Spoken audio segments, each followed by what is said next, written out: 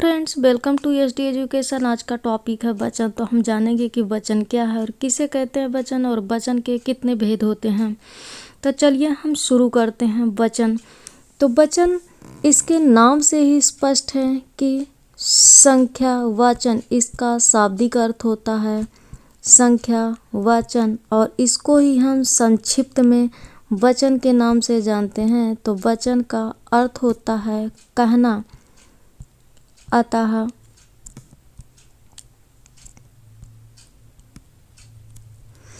जिन शब्दों से एक अथवा अनेक वस्तुओं, स्थानों, प्राणियों आदि का बोध होता है उसे ही हम वचन कहते हैं। जिस पद से संख्या का बोध हो उसे ही हम वचन कहते हैं। अतः हम कह सकते हैं कि जिस पद से किसी संख्या के एक या एक से अधिक होने का बोध होता है उसे ही हम वचन कहते हैं, अथवा जिस पद से संख्याओं का बोध हो उसे ही हम वचन कहते हैं। अर्थात हम कह सकते हैं कि जिस शब्द, संज्ञा, सर्वनाम, विशेषण, क्रिया के जिस रूप से संख्याओं का बोध हो उसे ही हम वचन कहते हैं, और संख्याओं के संख्या बोधक विकारी रूप का नाम ही वचन है।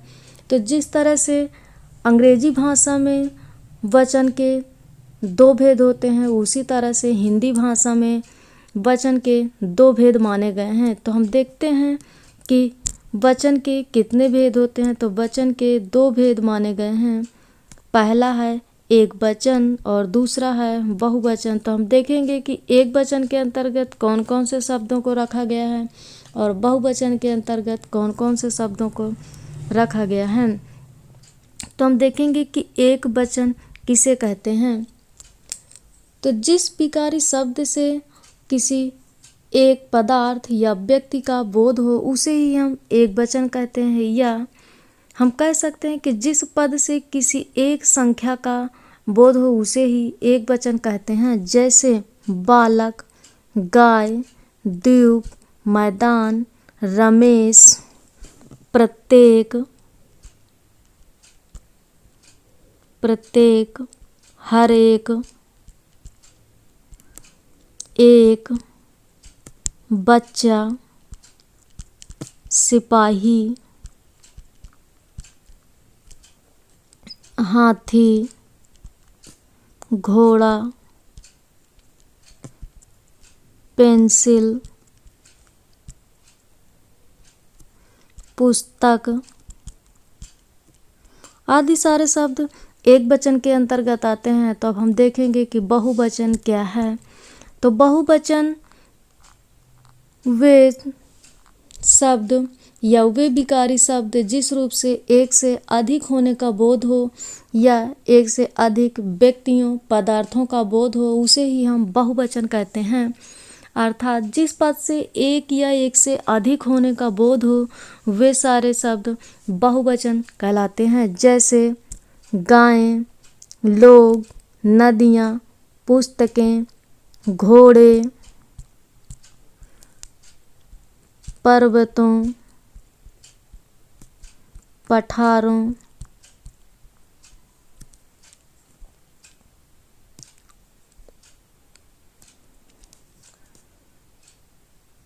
पेंसिलें,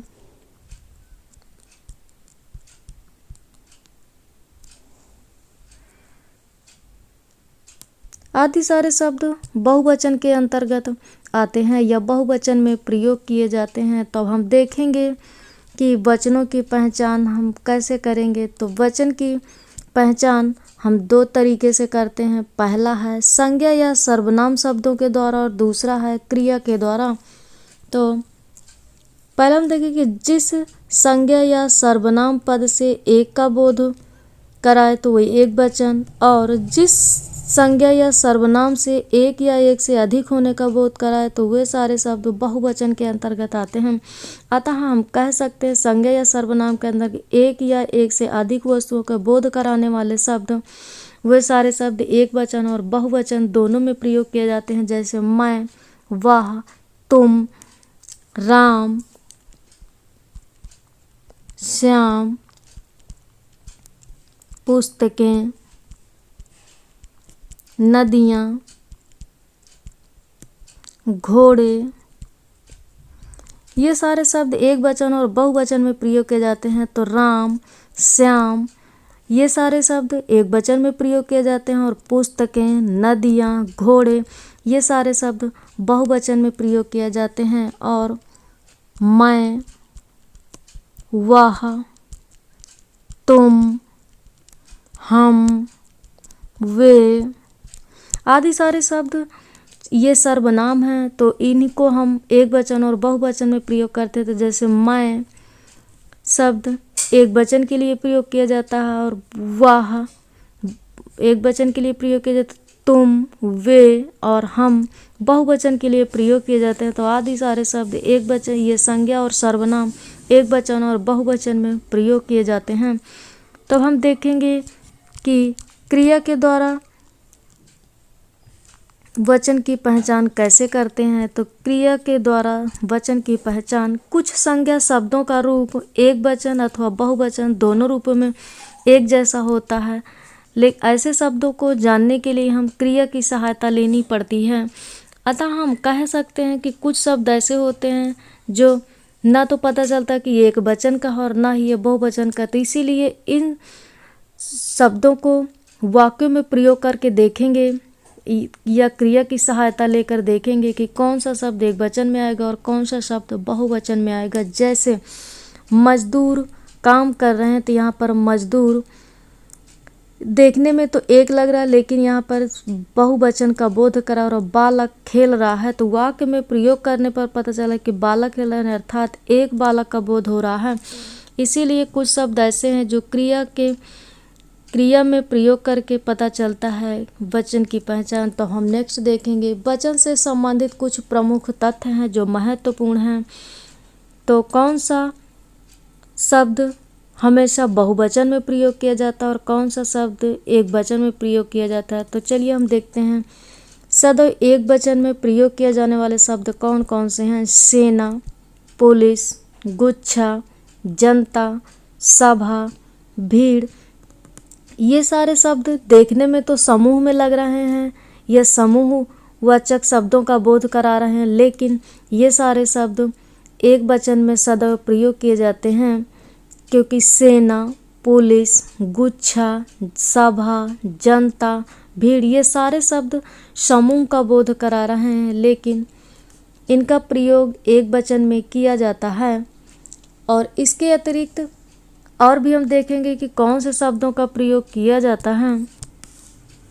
जैसे क्रोध, क्षमा, छाया, प्रेम, जल, पानी, दूध, वर्षा, हवा, आग आदि सारे शब्द एक वचन में प्रयोग किए जाते हैं। तो अब हम देखेंगे कि बहुवचन में कौन से शब्द प्रयोग किए जाते हैं। बहुवचन में प्रयोग किए जाने वाले शब्द जैसे प्राण, आंसू, लोग, हस्ताक्षर, कान, होंठ, बाल, समाचार, रोम, दाम, होश, भाग्य, दर्शक, दर्शन, अक्षत आदि सारे शब्द सदैव बहुवचन में प्रयोग किए जाते हैं। लेकिन कुछ शब्द ऐसे होते हैं जो एक वचन और बहुवचन दोनों में प्रयोग किए जाते हैं। जैसे पानी, प्रेम, प्यार, भय, क्रोध, दान आदि सारे शब्द एक वचन और बहुवचन दोनों में प्रयोग किए जाते हैं। इनके अतिरिक्त कुछ ऐसे शब्द हैं जो आदरणीय एवं आदर या सम्मान सूचक शब्दों का प्रयोग सदैव बहुवचन में प्रयोग किया जाता है। जैसे पिताजी आए, माताजी मंदिर गईं, अध्यापक कक्षा में पढ़ा रहे हैं। तो यहाँ पर पिताजी, माताजी और अध्यापक जी, ये तो सारे एक वचन, ये जातिवाचक संख्या के अंतर्गत आते हैं, लेकिन इन शब्दों का प्रयोग हम बहुवचन में किया जाता है या वाक्य में प्रयोग करने पर ये सारे शब्द इनकी क्रिया के अनुसार ये बदल जाते हैं और इसीलिए इन शब्दों को हम बहुवचन के अंतर्गत रखते हैं। और एक उदाहरण और, जैसे गांधी जी देश के राष्ट्र पिता थे। तो यहाँ पर गांधी जी एक शब्द, एक वचन का शब्द है, लेकिन ये वाक्य में प्रयोग करने पर ये बहुवचन में प्रयोग किए जाते हैं, क्योंकि यह आदरणीय और सम्मान सूचक शब्द है, इसीलिए इन शब्दों को बहुवचन में प्रयोग करते हैं।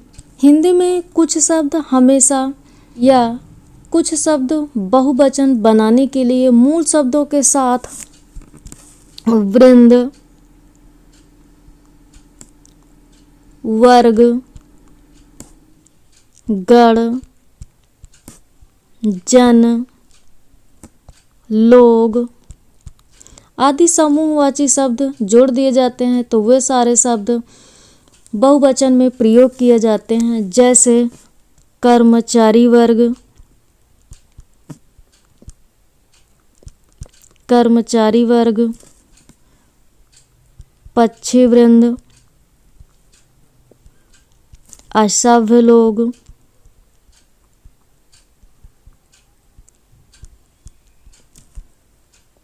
लेखकगण,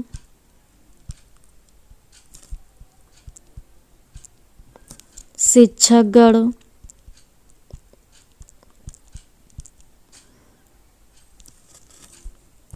आदि शब्द मूल शब्दों के साथ जोड़कर वृंद, वर्ग, गण, जन शब्दों को जोड़कर ये एक समूह का बोध करा रहे हैं। इसीलिए इन शब्दों को समूह बहुवचन शब्द के अंतर्गत या बहुवचन में प्रयोग किया जाता है।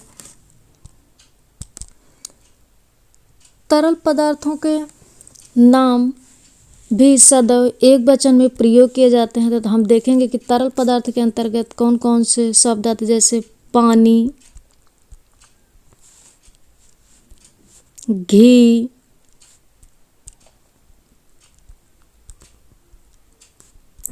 तेल, दूध,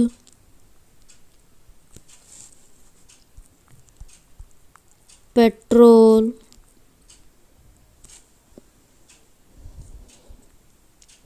आदि सारे शब्दों को हम या तरल पदार्थों को हम सदैव एक वचन में प्रयोग किया जाता है और इसीलिए इन शब्दों को एक वचन के अंतर्गत रखा जाता है।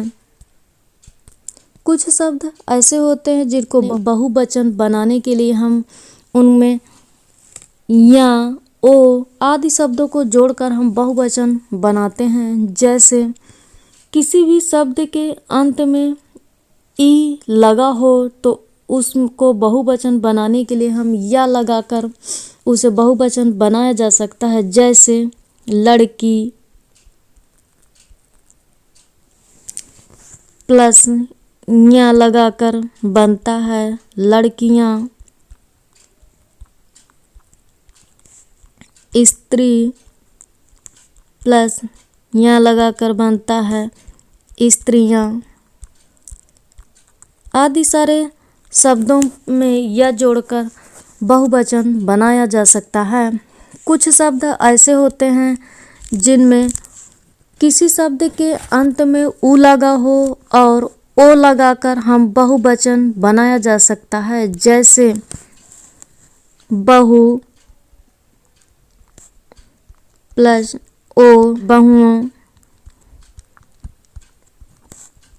डाकू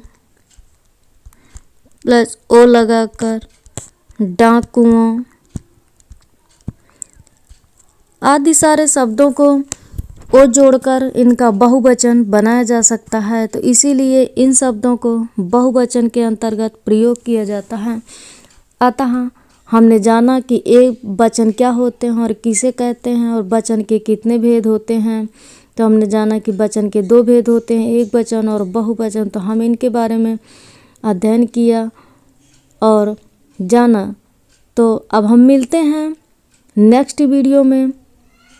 थैंक यू।